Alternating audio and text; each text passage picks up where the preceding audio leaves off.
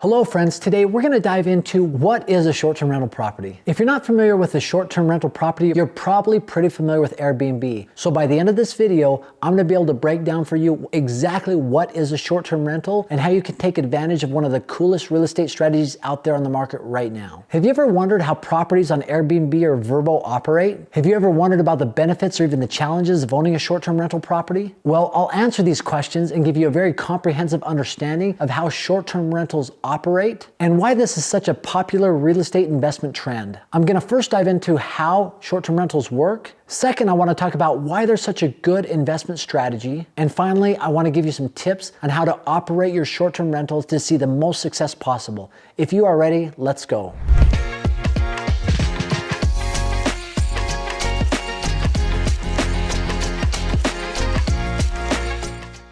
So what is a short-term rental and why is it so popular? So first off, many short-term rentals are whole properties. Now fitting under this category is obviously a home, it could be a condo, it could be a townhome, it could be a treehouse, it could be a tent. It could be a lot of different things. It could be a yurt. It could be an accessory dwelling unit that you have outside your main residence. All of these fit under short-term rentals. Ironically, even a room could fit under a short-term rental. I remember one time I was taking a trip over to Boise, and on my way back, and I live on the eastern side of Idaho. So traveling across, I knew that if I took the back roads, I could pass through Sun Valley, and I wanted to go fish a specific area that I was really familiar with and excited to fish, and I needed a place to stay. And there wasn't many options as far as hotels, but on Airbnb, somebody had listed a room available. And so I booked that room and I stayed in somebody's room inside their home, but it was great. I arrived a little bit late, left early in the morning, and everything went smoothly. But that was definitely a way that somebody was making money through a short-term rental. And by definition, a short-term rental is something that is furnished and where people stay for short periods of time, anywhere between a couple of days and usually less than 30 days. Some will even say less than 14 days. And that definition varies from state to state. And they can be located anywhere in the world, and they are an alternative to a hotel stay. And really, this niche of real estate came out as a demand of people wanting an experience. We live in the experience economy, and people want to experience it more than just a hotel to places they go. If you think about it and you look at your vacation, where was the last place you stayed? I know for me and my family, anytime that we travel, we're not usually looking at hotels, but we're looking on Airbnb or Vrbo or vacation rental sites on where we can stay in a place in an area that allows us to spread out.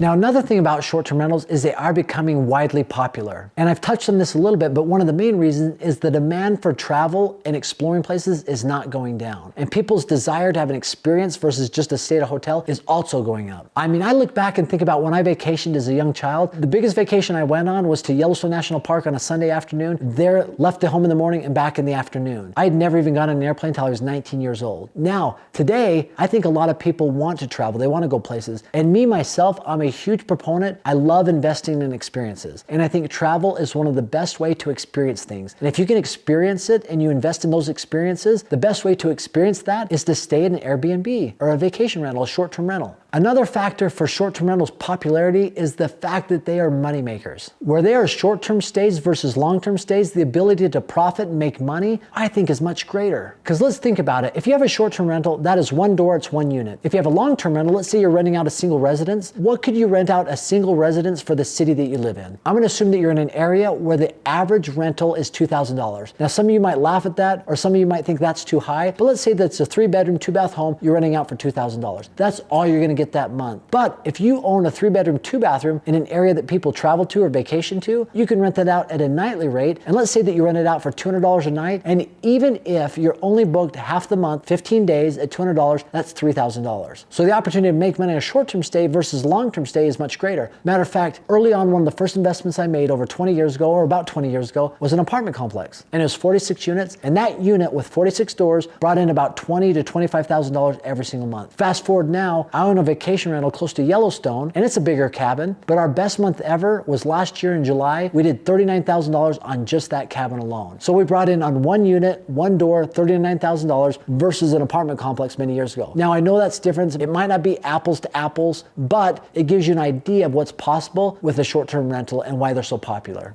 The other cool thing about short-term rentals, it's a phenomenal investment strategy. It gives the average person more of an ability to participate in real estate investment versus commercial or development development. I know people that have converted their own home to a short-term rental and actually made really good money from it. Also, when you buy a home versus maybe an investment property like a commercial building or multifamily, with a short-term rental where you're buying a residence, and if it's your second home, sometimes you can get into that with only 10% down. Versus an investment property, you're anywhere between 20 to 30%. So for example, our third vacation rental we bought was in Broken Bow, Oklahoma, an awesome area, destination area where a lot of people travel to. I went in with a buddy of mine, and because it was his second home, we only had to put down 10% to acquire that property. And I want to walk you through why that property ended up being such a good thing. So we bought that property for $525,000. 10% down, you're looking roughly $53,000. Closing costs, everything associated with it, I think we came out of pocket like $65,000 to acquire that property. And in the first 12 months, that property grossed just over $80,000. Now, we paid $525,000 for it. The gross rents or gross income was $80,000. Our profit from that property that year was $25,000. That's after all the expenses were paid and our mortgage payment. We got in at a good time at a low interest rate, but $25,000. If I were to tell you, hey, give me $70,000, $65,000, and every year I'll give you $25,000, would that not be the best cash on cash return that you've ever had on any investment that you have? It probably would be. And not all properties are like that. And I'm not saying that everything is roses and rainbows, that it's all good. There's definitely some challenges that come when owning and operating short-term rentals. And especially right now with interest rates as high as they are, it makes these numbers not quite pencil like they used to. For example, if you look at that Broken Bow home that I talked about, with an interest rate of 3.5% and with a mortgage payment of about $2,800, if we were to buy that property today, our mortgage payment would probably be close to $5,000. So that wipes away any profit that we would have had from that property. That's why right now people are struggling to buy a vacation rental property. And they are getting creative, they're finding other ways to do it, but it's definitely more challenging than it was 2 to 3 years ago.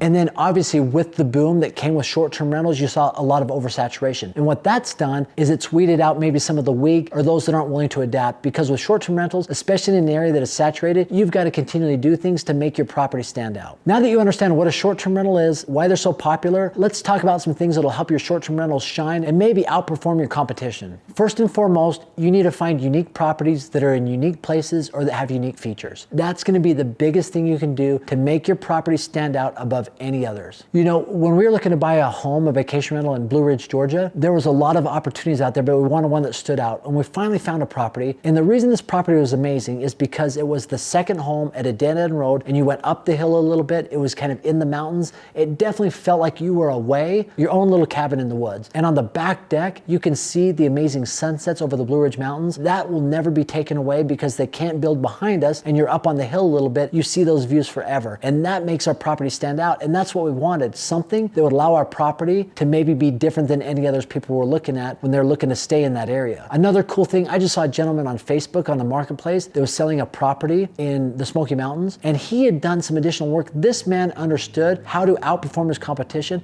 He put a miniature golf course in and around his property, as well as a train track with a mini train that people could sit on and have that experience. And his property performed really well, as you can imagine, and it was booked a lot of the time. And a few other things to make your short-term rental stand out. If you're listing it on sites like Airbnb or Vrbo, be quick to respond. If somebody inquires about your property, just know they're inquiring about other properties, and the quicker you respond, the higher chance you have to get that person to stay at your property. And then obviously there's little things you can do. You can give gifts, you can give special recommendations on things to do and what to see. Now these are things that I've seen that work well for short-term rentals. This is why I love short-term rentals, but I'd be interested in your feedback. What have you seen? What are your thoughts on short-term rentals? Comment below, let's engage in a dialogue. And as always, just for stopping by, I've got an awesome short-term calculator where you put in all the income, all the expenses, and it spits out to you whether it's a good deal or not. Just click on the link below, no strings attached, absolutely free, aaron'sfreetraining.com. Once again, thanks for stopping by. Have an amazing day.